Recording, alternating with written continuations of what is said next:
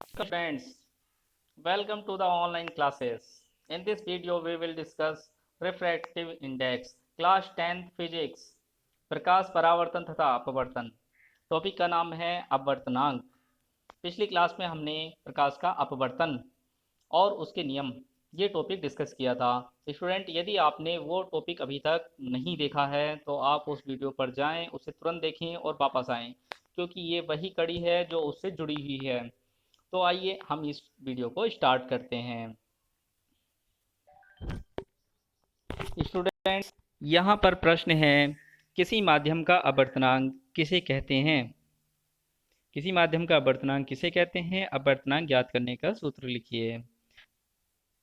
इसका आंसर हम लिखेंगे, अपवर्तनांक जब प्रकाश की किरण एक माध्यम से दूसरे माध्यम में प्रवेश करती है तो पहले माध्यम में प्रकाश की चाल तथा दूसरे माध्यम में प्रकाश की चाल के अनुपात को अपवर्तनांक कहते हैं।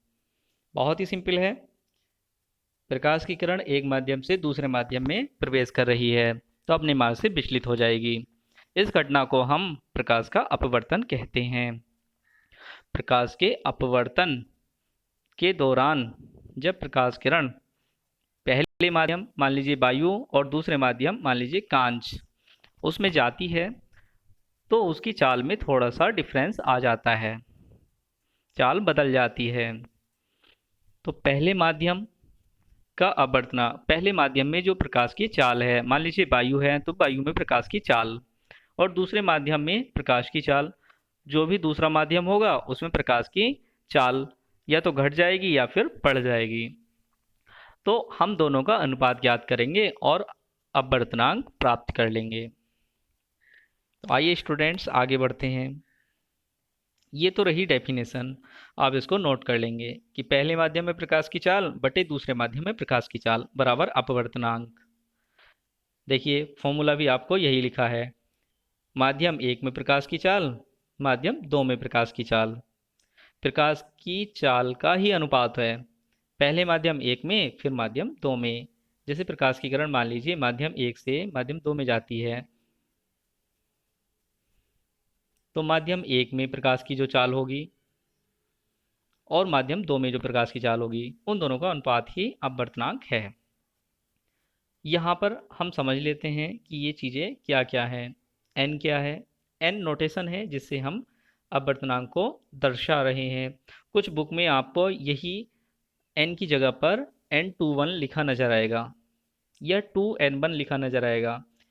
इसका मतलब ये हुआ कि माध्यम दो का माध्यम एक के सापेक्ष अपवर्तनांक, यहाँ सापेक्ष का यूज किया गया है। स्टूडेंट, रिलेटिव, एक दूसरे से रिलेटिव हैं ये चीज़ें। तो इसका फॉर्मूला ये है, ठीक है। तो स्टूडेंट यहाँ से फॉर्मूला हमें ये प्राप्त होता है। मान लीजिए पहले माध्यम में प्रकाश की चाल v1 है और दूसरे माध्यम में प्रकाश की चाल v2 है। तो हमारे पास फॉर्मूला प्राप्त हुआ n21 equals to v1 divide by v2, दोनों माध्यम में प्रकाश की चालों का अनुपात। आइए आगे स्टूडेंट्स आगे समझते हैं। हमने स्नेल का नियम भी पढ़ा था। स्नेल के नियम में हमने पढ़ा था sine I divide by sine R, इन दोनों का अनुपात एक नियतांक होता है, कांस्टेंट होता है, और ये कांस्टेंट माध्यम के अपवर्तनांक के इक्वल होता है। It means n2 divide by n1, जिसको शॉर्ट में n21 भी लिखा जाता है। यहाँ से आपको प्राप्त होगा n2 दूसरे माध्यम का अपवर्तनांक, n1 पहले माध्यम का अपवर्तनांक। स्टूडेंट, यदि आप भूल गए हों तो मैं आपको क्विक रिवाइज कराता हूँ। स्टूडेंट, पिछली क्लास में हमने प्रकाश का अपवर्तन और उसके नियम समझे थे। यहाँ पर आपको वही चीज़ बताई गई है जिसमें कहा गया था कि आपतन कोण की जिया साइन आई और अपवर्तन कोण की जिया साइन आर का अनुपात एक नियतांक होता है जिसे दूसरे माध्यम का पहले माध्यम के सापेक्ष अपवर्तनांक कहते हैं। आप चाहे तो ये डेफिनेशन भी लिख सकते हैं यदि एग्जाम में प्रश्न आता है प्रकाश का अपवर्तन किसे कहते हैं। तो यहाँ से स्टूडेंट्स आपको प्राप्त हुआ 1 mu two equal to sine I divide by sine R. कुछ बुक्स में म्यू की जगह एन लिखा होता है, कुछ बुक्स में एन टू वन इस तरीके से लिखा होता है, 1 2 लिखा होता है। तो स्टूडेंट्स नोटेशन के तरीके अलग अलग हो सकते हैं। तो आइए हम आगे समझते हैं। साइन आई और साइन आई का साइन आर, इनका अनुपात n/1 यानी कि माध्यम का अपवर्तनांक कहलाता है। और यहाँ पर I और R आपतन कोण और अपवर्तन कोण हैं। आइए स्टूडेंट्स अगला क्वेश्चन डिस्कस करते हैं, जिसमें कहा गया है निरपेक्ष अपवर्तनांक किसे कहा जाता है, या निरपेक्ष अपवर्तनांक से आप क्या समझते हैं। इसकी डेफिनेशन है स्टूडेंट्स, निर्वात में प्रकाश की चाल तथा किसी भी माध्यम में प्रकाश की चाल के अनुपात को निरपेक्ष अपवर्तनांक कहते हैं। इट मीन्स, पिछले फॉर्मूले में जहां हमने माध्यम 1 और माध्यम 2 में प्रकाश की चाल ज्ञात की थी, तो बस हमें माध्यम 1 को एयर लेना है, वायु लेनी है, हवा लेनी है, निर्वात लेनी है। तो एयर में प्रकाश की चाल के सापेक्ष माध्यम 2 में प्रकाश की चाल, इसे हम निरपेक्ष अपवर्तनांक कहेंगे। स्टूडेंट्स यहाँ पर मान लीजिए वायु में प्रकाश की चाल c है तथा किसी अन्य माध्यम में प्रकाश की चाल v है, तो निरपेक्ष अपवर्तनांक, जिसे n से डिनोट कर रहे हैं, लिखा जाएगा निरपेक्ष अपवर्तनांक इक्वल टू प्रकाश का वायु में वेग डिवाइड बाई प्रकाश का माध्यम में वेग। तो ये हमारे पास निरपेक्ष अपवर्तनांक आ जाएगा। तो यहाँ से फॉर्मूला हमें प्राप्त होगा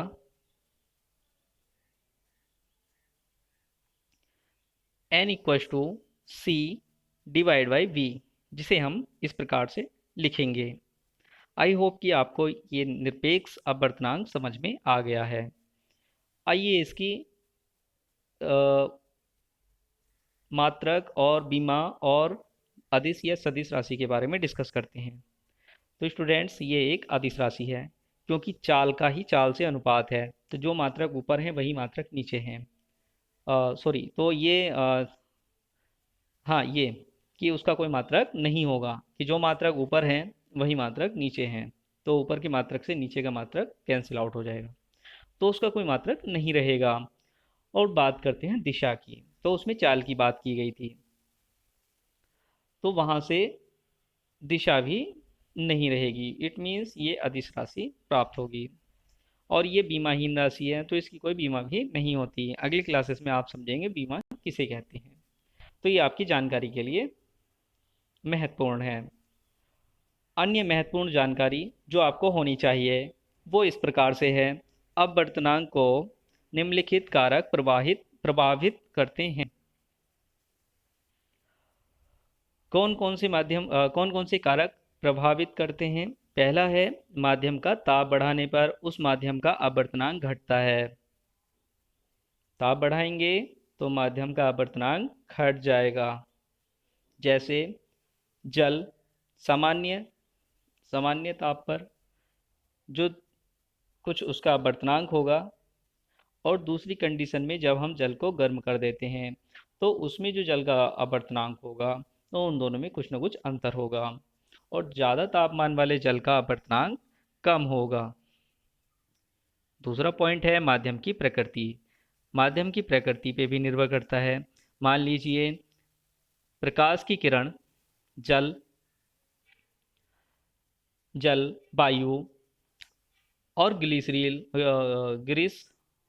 ग्लिसरॉल और मिट्टी का तेल, पेट्रोल, समुद्र का पानी, या अन्य किसी माध्यम में, कांच में, अलग अलग माध्यमों में हम प्रकाश की किरण का अपवर्तनांक का ऑब्जर्वेशन करते हैं, तो हम देखते हैं कि सभी का अपवर्तनांक अलग अलग होता है।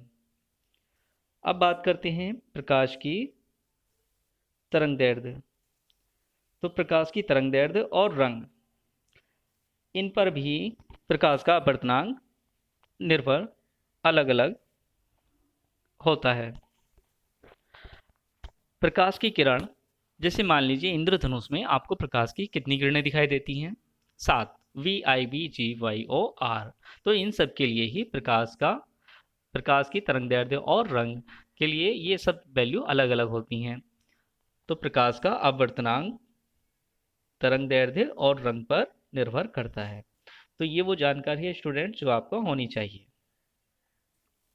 स्टूडेंट्स, ये आपकी एनसीईआरटी की बुक है और इस बुक में चैप्टर 10 चल रहा है, जिसमें प्रकाश का परावर्तन हम डिस्कस कर चुके हैं। और प्रकाश के अपवर्तन के अंतर्गत आज हमने एक टॉपिक सीखा है जो प्रकाश का जो माध्यम का अपवर्तनांक ये है। अब स्टूडेंट्स, ये टॉपिक हमने आज डिस्कस किए हैं। स्टूडेंट, यहाँ पर आपकी बुक में एक टेबल भी दी गई है। तो यहाँ आप नोटिस करेंगे कि यहाँ पर अलग अलग माध्यम हैं। जैसे मान लीजिए पहले वायु। स्टूडेंट्स, आप यहाँ ऑब्जर्व कीजिए कि वायु का अपवर्तनांक 1.0003 है। It means it is very near to 1। तो वायु का अपवर्तनांक आप 1 मान सकते हैं। बर्फ का अपवर्तनांक, जल का अपवर्तनांक देखिए अलग अलग है। अभी हमने एक पॉइंट डिस्कस किया था, तापमान बढ़ाने पर अपवर्तनांक घट जाता है। तो यहाँ देखिए बर्फ से जल का तापमान अधिक होता है।